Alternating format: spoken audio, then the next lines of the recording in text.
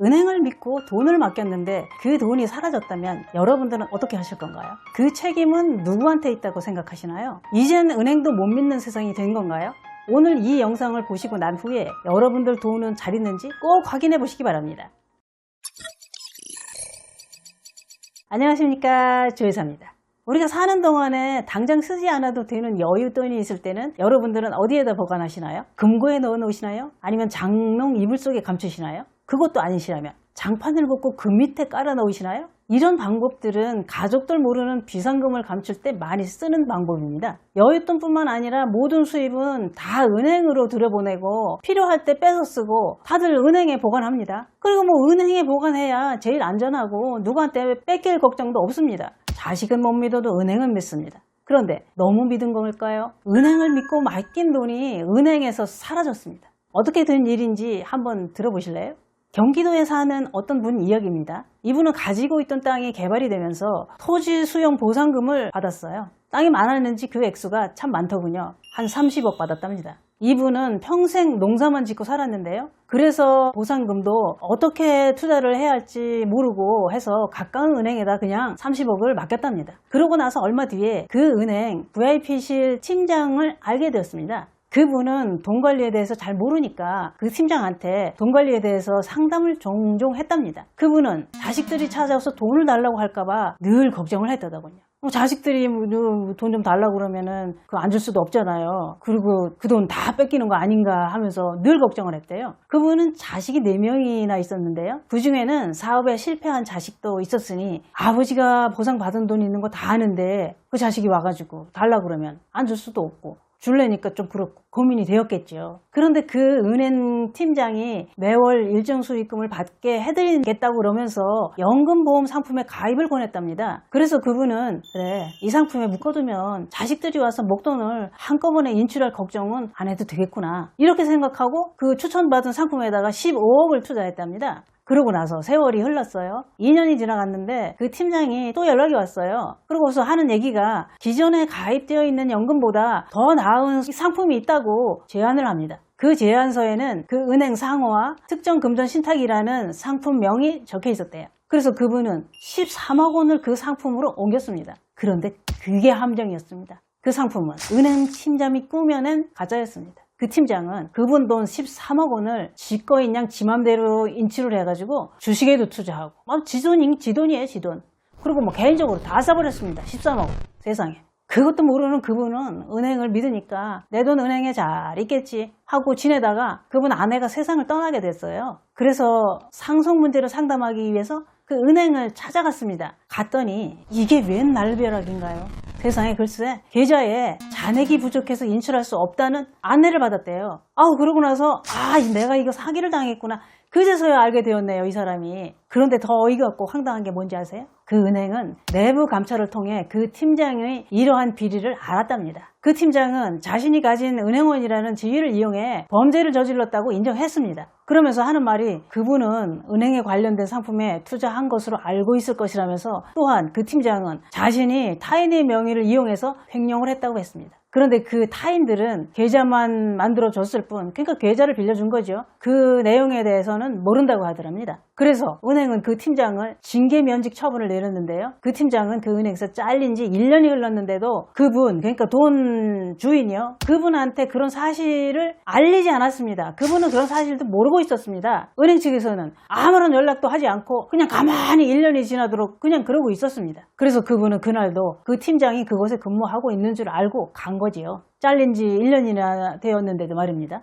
은행 직원이 그분한테 사기를 친 겁니다. 진짜 믿을 놈 없다는 말 실감납니다. 그래서 그분과 그분 자식들은 그 은행을 상대로 사용자 책임을 묻는 소송을 제기했는데요. 은행 측이 하는 말이 아주 골 때리는 말을 합니다. 뭐라 했는지 아세요? 그것은 그분과 그 팀장 간의 개인적인 거래였다. 은행에 책임 없다. 이랬다는군요. 진짜 어이없네요.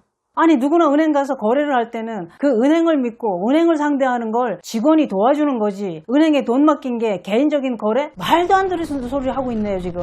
그래서 2년간 법정 싸움 끝에 법원은 은행 측이 위험 방지 조치를 취하지 않았다고 그분의 손을 들어줬습니다. 여기까지는 좋았습니다. 그런데 그 팀장이 그분 돈 13억을 해먹었잖아요. 법원 보상 판결이 어떻게 났는 줄 아세요? 은행은 7억 원을 배상하라고 했답니다. 왜요?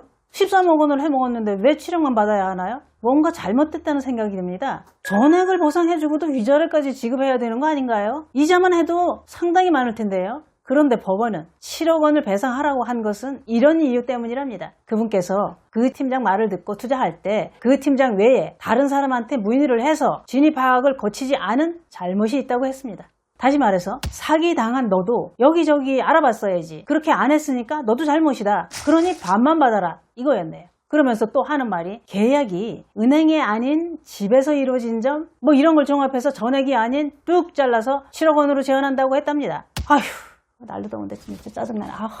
그게 무슨 귀신 씨나라 까먹는 소리를 하시고 온열 개 풀 뜯어먹는 소리를 하시나요들. 여러분들도 한번 생각해 보세요. 열이 확 올라 뚜껑이 덜그덕덜그덕 거리지. 아니 우리가 은행 가서 돈을 입금하고 상담을 하고 했던 그 직원 외에 다른 직원을 찾아가서 저 직원 하는 말이 저게 맞는 거냐고 그렇게 문의를 해야 합니까? 그리고 은행이 아닌 자택에서 이루어졌어도 그거는 은행을 상대한 거지 그게 어떻게 개인적인 돈 거래였나요? 이 세상 어떤 사람이 은행 직원이 은행 상품을 소개하는데 의심을 합니까? 의심 안 합니다. 그 은행을 믿기 때문이죠. 법원이 그렇게 판결을 한 거는 그런 법은 있으나마나 한 법입니다. 그리고 은행은 왜 1년이 되도록 그 팀장이 돈에 먹다 걸려서 잘렸는데도 사기당한 본인한테는 통보를 안 해주는 이유는 뭔가요? 그게 뭐 하자는 건가요? 뭔가 좀 이상합니다. 그리고요, 그 은행 직원이 고객을 상대로 사기를 쳤으면 은행이 책임을 지는 게 정답입니다. 누구나 은행 보고 거래를 합니다. 직원 개인 상대가 아니라고요. 직원 관리를 잘못해서 그렇게 사기를 쳤으면 은행 책임입니다. 우리나라가 사기공화국이네 뭐네 해도 은행에서까지 이럴 줄 몰랐네요. 이렇게 되면 앞으로도 은행 직원들은 사기를 치고 돈 챙기고 잘려도 먹고는 살겠네요. 믿고 맡긴 사람이 잘못이다 하면서요. 참 우습네요. 이 세상 돌아가는 꼬라지가 사기 치는 머리만 나날이 발전합니다. 법은 더 웃기지 않나요? 우리 그냥 세상을 향해 다 같이 한번 웃어줍시다. 그나저나 사기당한 그분, 사기는 사기대로 당해서 돈 잃고 자식들 얼굴 보기 얼마나 면목이 없을까요? 자식들이 돈 뺏어갈까봐 그 팀장한테 상담하다가 그렇게 된 거 아닙니까? 그야말로 고양이한테 생선가게를 맡겼네요. 요즘 세상에는 있는 돈 미리 자식들한테 줘버리면 당연하게 받고 돈 준 약발 얼마 안 가서 다 떨어집니다. 줄 때뿐인 거죠. 그래서 자식들 얼굴이라도 한 번 더 보고 대접받으려면은 있는 돈 죽을 때까지 꼭 쥐고 있으라는 말이, 그런 말이 생길 정도로 부모 자식 간의 재산 문제 참 민감합니다, 이거. 그래서 그분도 그러셨나 봐요. 뭐 다 생각이 있으셨겠지요만. 그런데요, 그 은행 말인데요, 그 팀장 잘라놓고 그분한테 왜 1년씩이나 입 다물고 있었을까요? 왠지 냄새가 나지 않습니까, 이거? 그러다가 그분이 돌아가시면 자식도 모르는 돈이니까 울컥하려고 했을까요? 뭐 그런 일은 없겠지만 연락을 안 해주고 긴 세월 그러고 있었다는 게 뭔 꿍꿍이가 있지 않나, 뭐 그런 생각이 들어서 너무 이상해서 해본 말입니다. 이제는 돈 거래를 해야 하는 은행 직원도 의심을 해야 하는 세상이면 어떻게 살아야 할까요? 몇 푼 안 되는 돈이지만 은행도 못 믿으니 마늘밭에 묻어놔야 할까요? 저는 뭐 묻고 자시고 할 것도 없습니다만, 여러분들은 돈이 좀 있으시면 은행 불안하니까 마늘밭에 묻어두세요. 마늘밭이 없다면 제가 아는 마늘밭 소개해드릴게요. 마늘밭이 제일 안전하답니다. 그런데요, 저는 그 사기친 팀장도 밉지만 은행도 미워요. 근데 더 미운 건 법원 판결입니다. 아니 지나가는 개한테 물어볼까요? 은행에서 돈 예금하면서 다른 직원한테 문의 안 해서 사기를 당한 책임은 고객한테 있다는데 어떻게 생각하니? 그러면 개가 웃을 겁니다. 그것도 법이냐? 이러면서. 저는요, 어렸을 때 누가 은행 다닌다 하면은 엄청 부러웠어요. 그 은행 돈 다 쓸 수 있는 건 줄 알았어요. 직원이, 은행 직원이. 저만 그랬던 게 아니라 다른 어른들도 자식들이 은행 다니고 누가 은행 다닌다 하면은 그 집 성공했네, 그렇게 했어요. 은행 다니는 직원들 인기 엄청 좋았죠. 근데요, 사기랑 도둑은 사람 사는 곳엔 어디든 다 있는 것 같습니다. 돈 냄새는 참 귀신 저리 가라 할 정도로 잘 맞습니다. 냄새가 난다면 윙 하면서 사기 치러 덤비지요. 또 도둑들 덤비지요. 아주 무섭습니다. 이렇게 믿을 사람 없다고 생각하니 세상은 더 팍팍하고 더 냉정하고 각박해집니다. 그래서 다들 나 건드리지 마, 건드리기만 해봐, 그러면서 또 아주 도골은 코브라처럼 무섭습니다. 은행 직원이 이럴 줄 누가 알았나요? 옛날 어르신들은 은행을 못 믿어서 예금 절대 안 했어요. 돈은 내가 가지고 있는 게 제일 안전하다였죠. 그래서 집에 감출 수 있는 곳은 다 찾아가지고 감춘 게 항아리 속, 베개 속, 장롱, 이불 속, 그리고 더 깊숙이 감추려면 벽장이 있었어요. 옛날에는 그 벽장에 또 비밀 공간이 있죠. 그 비밀 공간에다 맡기고, 그리고 또 장판 밑에 깔아놓죠. 그런데 장판 밑에 깔아놨다가 그 어르신들이 돌아가신 다음에 나오기도 했어요. 어떤 집은요, 아주 오래된 돈이 나오기도 했어요. 진짜예요 이거. 혹시 여러분도 지금 살고 계신 집이 아주 오래된 그런 집이라면 한번 장판 밑을 걷어보시기 바랍니다. 거기서 옛날 보물이 나올 수도 있어요. 아, 진짜 꼭 보세요. 요즘 사람들은 다들 현금 안 쓰고 카드로 결제를 하잖아요. 참 편리합니다. 이게 다 신용사회라 서로 믿고 신용이 있어야 가능합니다. 그런데 이런 사고가 생기면 그 은행은 신용에 흠집이 생기게 됩니다. 어쨌거나 은행에서 이런 일이 일어난 것은 은행을 믿고 거래하는 모든 사람들한테 큰 분실을 만들게 됩니다.